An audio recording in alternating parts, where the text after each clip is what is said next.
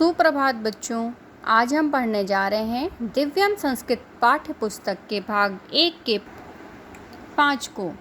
पंचमः पाठः पाठ 5 प्रथमः पुरुषः। तीनों लिंगों में आपने इसके पहले धातु रूप पढ़े, धातु क्रिया है ना। उसमें आपने जाना कि जब हम धातु रूप बनाते हैं तो हमें किन किन पुरुषों में धातु रूप को बनाना होता है। प्रथम पुरुष, मध्यम पुरुष और उत्तम पुरुष में संस्कृत भाषा में 3 पुरुष होते हैं और प्रत्येक पुरुष में 3 वचन होते हैं, एक वचन, द्विवचन और बहुवचन। इस तालिका के माध्यम से हम पढ़ेंगे कि प्रथम पुरुष में तीनों लिंगों का प्रयोग किया जाता है। कर्ता, संज्ञा या सर्वनाम कोई भी हो सकते हैं। ये किस प्रकार हो सकते हैं देखिए, यहाँ पर लिखा हुआ है पुल्लिंग, स्त्रीलिंग और नपुंसक लिंग। यहाँ एक वचन, द्विवचन और बहुवचन। एक वचन में ही हम पुल्लिंग में नरः लिखते हैं, स्त्रीलिंग में आ की मात्रा लगाते हैं और नपुंसक लिंग में हम म और हलंत लगाते हैं। देखिए ची मतलब हम लिंगों के हिसाब से यहाँ पर वचन में भी परिवर्तन है। यहाँ पर औ की मात्रा लगी, यहाँ पर ए की मात्रा, यहाँ पर भी ए की मात्रा, तो क्या हो गया नरः, नरहु, नराह, जबकि उनका अर्थ एक जैसा होता है। एक आदमी, 2 आदमी, अनेक आदमी, एक लड़की, 2 लड़कियाँ, अनेक लड़कियाँ, एक फल, 2 फल, अनेक फल। परंतु लिंगों के हिसाब से वचनों में उनमें क्या हो गया, लिखने में उन्हें उनकी मात्राओं में परिवर्तन आ गया। इसी प्रकार जब हम सर्वनाम लिखते हैं, देखिए उनके अर्थ एक से दिए हुए हैं परंतु सर्वनाम अलग अलग दिए हुए हैं उनके लिंगों के हिसाब से। पुल्लिंग में हम सह कहते हैं तो स्त्रीलिंग में हम सा कहते हैं और उसी प्रकार हम नपुंसक लिंग में तत् कहते हैं, जबकि तीनों का अर्थ ही वह है। इसी प्रकार द्विवचन में तौ, ते, ते, वेदो, वेदो, वेदो, और बहुवचन में ते, ताह, तानी, वे सब, वे सब, वे सब। तो आप समझ गए होंगे कि प्रथम पुरुष में अर्थ एक समान होने पर भी हम लिंगों के हिसाब से उनके सर्वनाम अलग अलग लिखते हैं। पुल्लिंग में अलग, स्त्रीलिंग में अलग और नपुंसक लिंग में अलग। सह, तौ, ते, सा, ते, ताह, तत्ते, तानी। धातु प्रत्यय तीनों लिंगों में ती, तह, अंति या पहले से ही जानते हैं, यह आगे कर्ता कोई भी हो पर जो उनके प्रत्यय हैं वो कैसे लगेंगे, एक समान। सह पठती, सा पठती, तत् पठती तो होगा नहीं क्योंकि नपुंसक लिंग। फलम है तो वह पठती नहीं हो सकता, फलम खादती हो सकता है, फल खाते हैं, है ना। तो ती ही लगा है। इसका मतलब क्या हुआ कि कर्ता लिंगों के हिसाब से बदलते हैं परंतु धातु प्रत्यय एक समान रहते हैं। क्रिया व कर्ता एक ही पुरुष व वचन के होते हैं। क्रिया, क्रिया व कर्ता एक ही वचन, एक ही पुरुष के होते हैं। एक वचन में एक कर्ता और देखिए सभी एक वचन के हैं, यहाँ पर सभी 2 वचन के हैं और यहाँ पर सभी बहुवचन के हैं।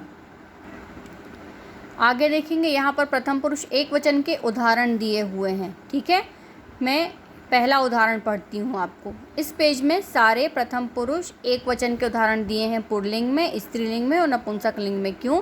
क्योंकि हमने अभी देखा तीनों लिंगों में कर्ताओं को अलग अलग प्रकार से लिखा जाता है। एषः कः अस्ति, यह कौन है।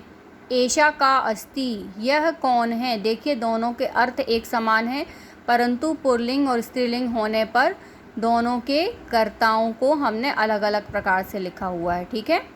एषः बालकः अस्ति, यह बालक है। बालकः पठति, बालक पढ़ रहा है। एषा बालिका अस्ति, यह बालिका है। बालिका पठति, बालिका पढ़ रही है। एतत् किम अस्ति, यह क्या है। एतत् पत्रम अस्ति, यह पत्ता है। पत्रम पतति, पत्ता गिरता है। सः कः अस्ति, वह कौन है। सः काकः अस्ति, काकः मतलब कौआ, वह कौआ है। काका उड्यति, कौआ उड़ रहा है। उड्यति मतलब उड़ना। सा का अस्ति, वह कौन है। सा कोकिला, यहाँ पर देखिए यह था और यहाँ वह हो गया। एषा और एषः और एतत् का मतलब यह होता है। सह, सा और तत् का मतलब वह होता है। सा कोकिला अस्ति, वह कोयल है। कोकिला गायति, कोयल गा रही है। तत् किम अस्ति, वह क्या है। तत् पुष्पम अस्ति, वह फूल है। पुष्पम विकसति, फूल खिल रहा है या फूल खिलता है। अब आखिरी पैराग्राफ देखेंगे एक वचन का हम। अयम कुक्कुरः अस्ति, अयम का मतलब भी यह होता है परंतु बहुत पास में। यह कुत्ता है। कुक्कुरः किम करोति, कुत्ता क्या कर रहा है। कुक्कुरः धावति, कुत्ता दौड़ रहा है। सह चलति, वह चलता है। एषः हस्ति, वह हंसता है।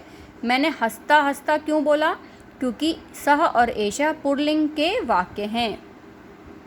अयम खादति, यह खाता है। सह कः अस्ति, वह कौन है। सह बालः अस्ति, वह बालक है। सह मुकुलः अस्ति, वह मुकुल है।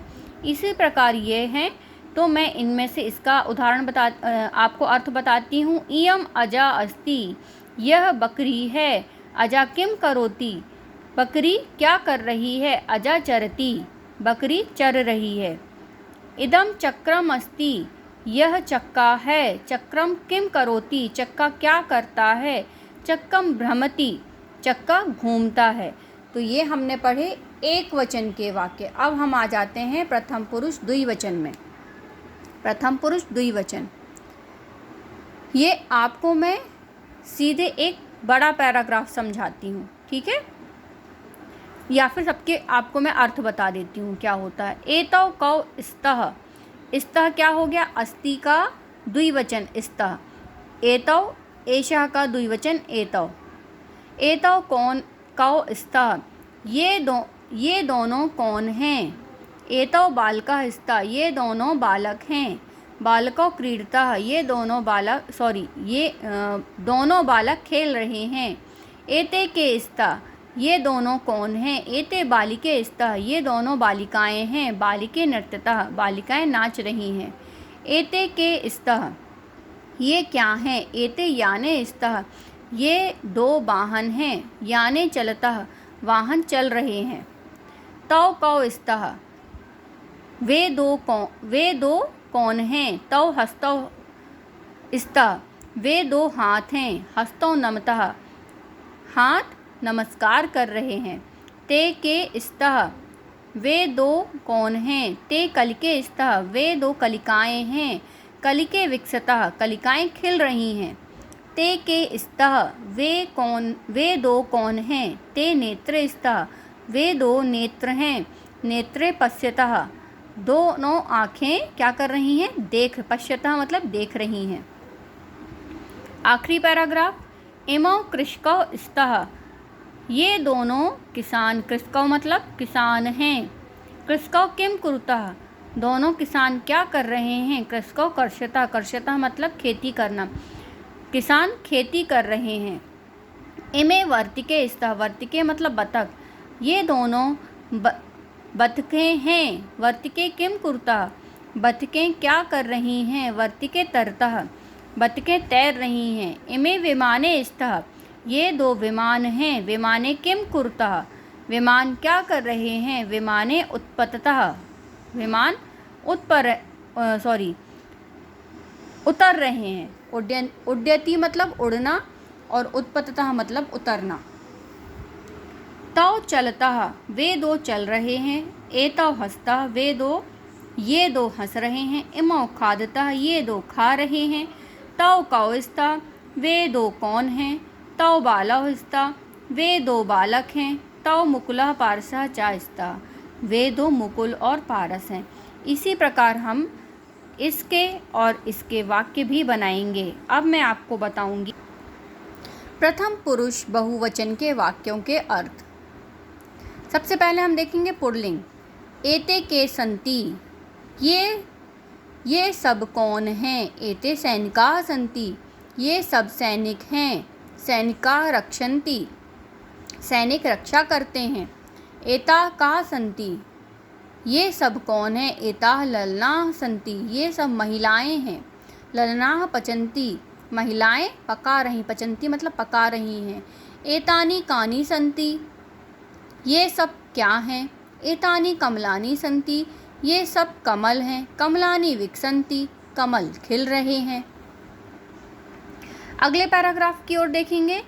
ते के सन्ति, वे सब कौन हैं। ते नराः सन्ति, वे सब, नराः मतलब लोग, आदमी, वे सब आदमी हैं। नराः वदन्ति, आदमी बोल रहे हैं। ता काः सन्ति, वे सब कौन हैं। ताः कन्याः सन्ति, वे सब कन्याएं हैं। कन्याः क्रीडन्ति, कन्याएं खेल रही हैं। तानि कानि सन्ति, वे सब क्या हैं। तानि फलानि सन्ति, वे सब फल हैं। फलानि पतन्ति, फल गिर रहे हैं। पतन्ति मतलब गिरना। आखिरी पैराग्राफ देखेंगे। मैं आपको इनके अर्थ बताती हूँ। इमे सिंहाः सन्ति, ये सब शेर हैं। सिंहाः किं कुर्वन्ति, शेर क्या कर रहे हैं। सिंहाः गर्जन्ति, शेर गरज रहे हैं। ते चलन्ति, वे चल रहे हैं, वे सब चल रहे हैं। एते हसन्ति, ये सब हंस रहे हैं। इमे खादन्ति, ये सब खा रहे हैं। ते के सन्ति, वे सब कौन हैं। ते बालाः सन्ति, वे सब बालक हैं। ते मुकुलाः पारसः विकासः च सन्ति, वे मुकुल, पारस और विकास हैं। इमा स्त्रीलिंग के वाक्य देखेंगे। इमा चटकाः सन्ति, ये सब चिड़ियाँ हैं। चटकाः किं कुर्वन्ति, चिड़िया क्या कर रही हैं। चटकाः कूजन्ति, चिड़िया कूक रही हैं।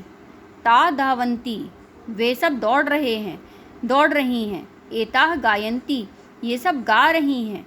इमाः नृत्यन्ति, ये सब नाच रही हैं। ता काः सन्ति, वे सब कौन हैं। ता बालाः सन्ति, वे सब बालिकाएं हैं। ता सुकृति मणिका प्रकृति चा सन्ति, वे सब सुकृति मणिका और प्रकृति हैं। चा जहाँ पर होता है उसके आगे हम और लगाते हैं। आखिरी पैराग्राफ देखेंगे हम। इमानि चक्राणि सन्ति, ये सब चक्के हैं। चक्राणि किं कुर्वन्ति, चक्के क्या कर रहे हैं।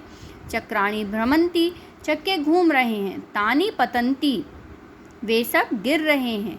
एतानि विकसन्ति, वे सब खिल रहे हैं। इमानि चलन्ति, ये सब चल रहे हैं। तानि कानि सन्ति, वे सब कौन हैं। तानि पुष्पाणि सन्ति, वे सब फूल हैं। तानि कमलानि सन्ति, वे सब कमल हैं। तो यह हमारा पाठ है प्रथम पुरुष तीनों लिंगों में। इसे हमने तीनों लिंगों में क्यों बोला, क्योंकि जो प्रथम पुरुष होता है उसके संज्ञा और सर्वनामों को लिंगों के हिसाब से किस प्रकार लिखा जाता है, अलग अलग प्रकार से लिखा जाता है। तो हमने इस पाठ के कुछ छोटे छोटे उदाहरणों को समझा और आपको उनको वीडियो को देखकर इनके वाक्यों का अर्थ करने की कोशिश करना है, अनुवाद करने की कोशिश करना है। धन्यवाद।